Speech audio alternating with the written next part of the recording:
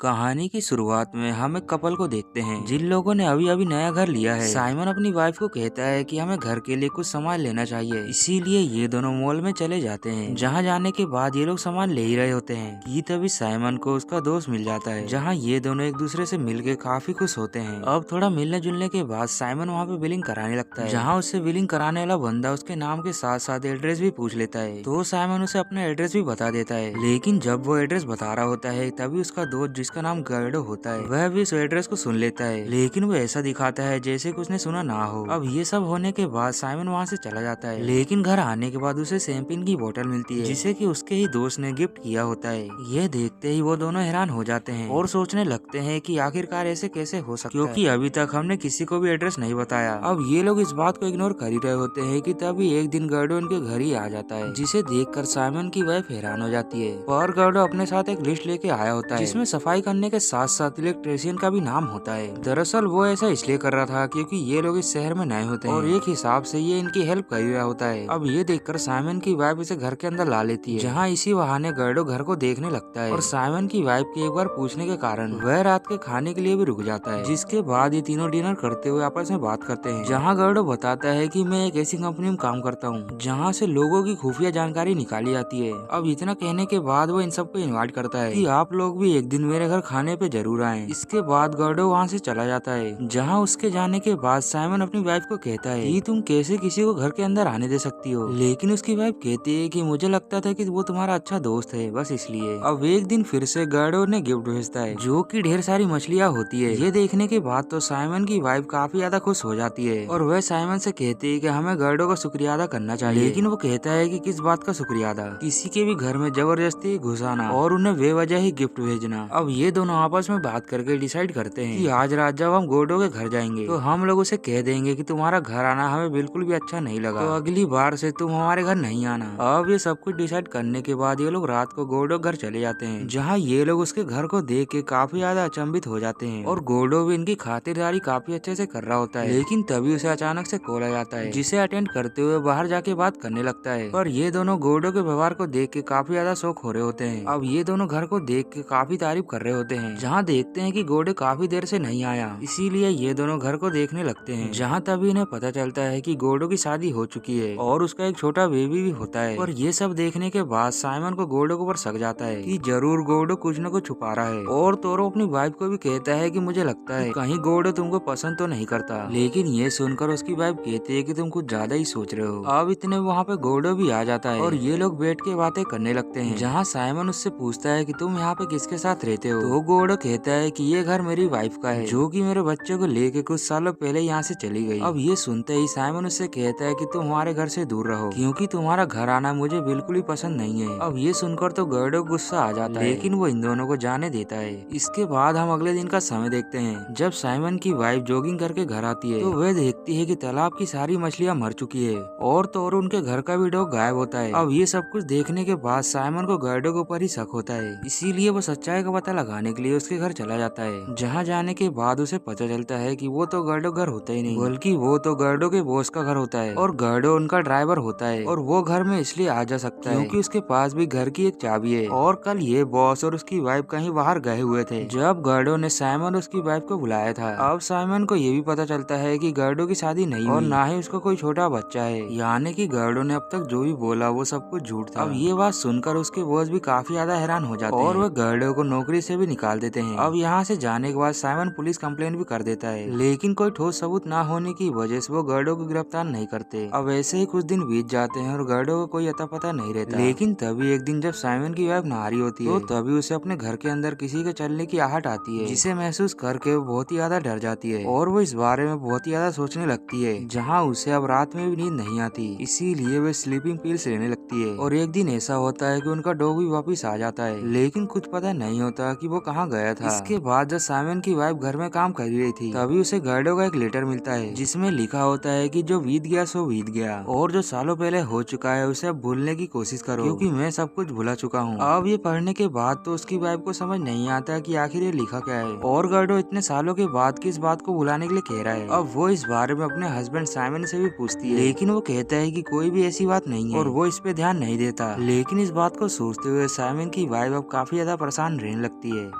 वह इतना ज्यादा परेशान हो जाती है कि हर जगह उसे गोडो ही दिखाई देने लगता है और वो हमेशा गोडो को इसी बात के बारे में सोचा करती थी कि आखिरकार गोडो उस लेटर में कहना क्या चाहता था। वह इन सब के बारे में इतना ज्यादा सोच लेती है कि काम करते वक्त बेहोश हो जाती है। और जब साइमन उसके पास से ढेर सारे स्लीपिंग पिल्स देखता है तो वो उसे कहता है कि हमें पुरानी बातों को भूल के लाइफ में आगे बढ़ना होगा, इसलिए अच्छा यही होगा कि तुम बेवजह की बातें ना सोचो। अब ये बात तो सुनकर उसकी वाइफ तुरंत के लिए हाँ में हाँ तो मिला देती है। इधर साइमन की जॉब काफी अच्छी चल रही होती है और उसके क्लाइंट उससे काफी ज्यादा खुश होते हैं। ये देख के साइमन अपने बॉस के पास जाके प्रमोशन की बात करता है, पर उसका बॉस कहता है कि तुम्हारी प्रमोशन के बीच में डेनी नाम का बंदा आ रहा है। अब इसके बाद ऐसे ही कुछ दिन बीत जाते हैं और साइमन को पता चलता है कि उसकी वाइफ माँ बनने वाली है। यह जानकर वो दोनों बहुत ही ज्यादा खुश हो जाते हैं। लेकिन जब एक दिन साइमन की वाइफ मार्केट गई होती है तभी उसे वहाँ पे गोडो दिखाई देता है और जब ये उसके पीछे जाती है तो गोडो उसे देख के वहाँ से चला जाता है। साइमन की वाइफ उसे ढूंढती ही रह जाती है। इसके बाद एक दिन साइमन की बहन इन दोनों से मिलने के लिए आती है, जहाँ बातों ही बातों में साइमन की वाइफ उसकी बहन से पूछती है कि साइमन की स्कूल लाइफ कैसी रही थी। तो वो उसे बताती है कि साइमन ने एक बार अपने एक दोस्त के साथ मिलके गोडो नाम के बंदे का बहुत ही मजाक उड़ाया, जिसकी वजह से गोडो की बहुत ही ज्यादा बदनामी हुई। अब ये सच जानने के बाद साइमन की वाइफ उस दोस्त का पता लगाने लगती है जो कि साइमन का उस समय फ्रेंड था और वो इंटरनेट के द्वारा उसका पता लगा लेती है, जहाँ जाकर वो उससे मिलती है और पूछती है कि साइमन कैसा लड़का था। तो वह दोस्त उसे बताता है कि साइमन स्कूल में एक बुली लड़का था। इसका मतलब ये कि वो सबको परेशान किया करता था और उसने मजाक मजाक में एक दिन गोडो के बारे में गलत अफवाह फैला दी, जिसकी वजह से वो गोडो नाम का बंदा इतना ज्यादा बदनाम हो गया कि उसे स्कूल से भी निकाल दिया गया।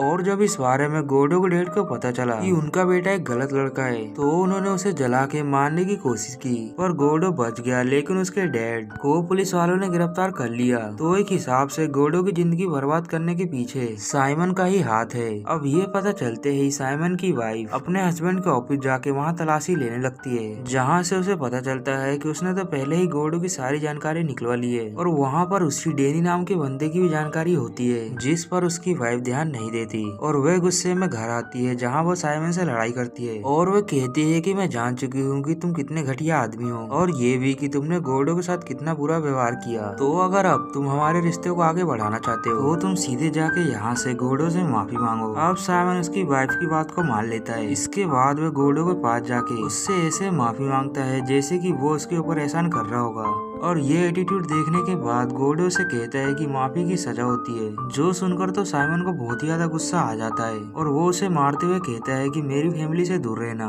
इसके बाद साइमन घर जाके अपनी वाइफ को बताता है कि मैंने गोडो से माफी मांग ली है और उसने मुझे माफ कर दिया। यह सुनकर उसकी वाइफ बहुत ही ज्यादा खुश हो जाती है। इसके कुछ दिनों के बाद साइमन को प्रमोशन भी मिल जाता है, इसीलिए वो अपने घर में पार्टी देता है, जहाँ उसके कुछ दोस्त आए होते हैं और तभी वहाँ पे वही डेनी नाम का बंदा आके उनकी खिड़की पे पत्थर मारता है और वह साइमन के ऊपर इल्जाम लगा रहा होता है कि तुमने मेरे खिलाफ बॉस को गलत बातें बताई है, जिसकी वजह से मुझे जॉब से निकाल दिया गया और तुम्हें प्रमोशन दे दिया गया। अब ये सुनकर तो साइमन की वाइफ को यकीन हो जाता है कि उसने ऑफिस में जिस डेनी नाम की फाइल को देखा था वो शायद इसी बंदे की थी। इससे तो साइमन की वाइफ का दिमाग खुल जाता है और उसे अब पक्का यकीन हो जाता है कि उसका हस्बैंड कामयाबी पाने के लिए किसी भी हद तक जा सकता है। और इससे पहले कि वो साइमन को कुछ कह पाती उसके पेट में दर्द होने लगता है, जहाँ हम देखते हैं कि हॉस्पिटल में जाते हैं उसे एक बेबी पैदा होता है। अब ये होने के बाद साइमन का तभी फोन आता है कि तुमने प्रमोशन पाने के लिए डेनी के बारे में गलत अफवाह फैलाई है, जिसकी वजह से तुम्हें नौकरी से निकाला जाता है। और तो और अब साइमन की वाइफ भी उसे छोड़ देती है, जो सुनकर तो उसका दिल टूट जाता है और वो वहाँ से जाने लगता है। जहाँ हम देखते हैं कि जब साइमन घर पहुँचता है तभी उसे अपने घर के सामने एक गिफ्ट दिखाई देता है, जिसके अंदर और 3 छोटे छोटे गिफ्ट होते हैं।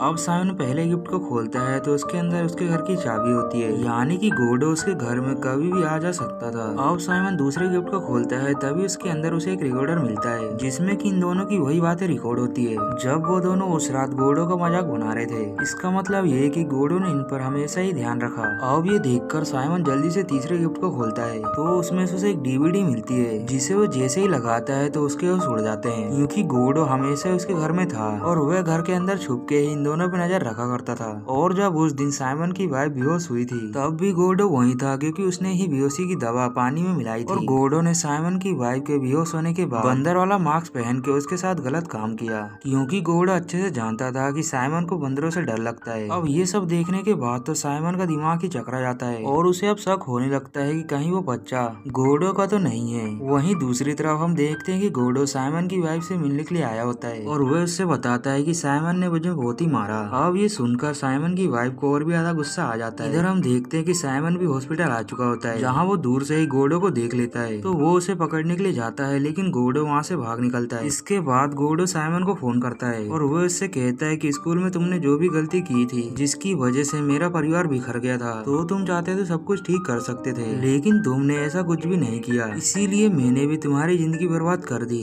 क्योंकि अब न तुम्हारे पास अच्छी जॉब है और ना ही तुम्हारी पत्नी, और तो और हमेशा तुम यही सोचते रहोगे कि मैंने तुम्हारी पत्नी के साथ क्या किया और वो बच्चा किसका है। और शायद दोस्तों ऐसा हो भी कि साइमन अपनी पूरी जिंदगी यही सोचते निकाल दे। इसीलिए दोस्तों किसी के साथ बुरा नहीं करना चाहिए। यहीं पर इस कहानी का दी एंड भी हो जाता है। आई होप को आपको ये कहानी पसंद आई होगी।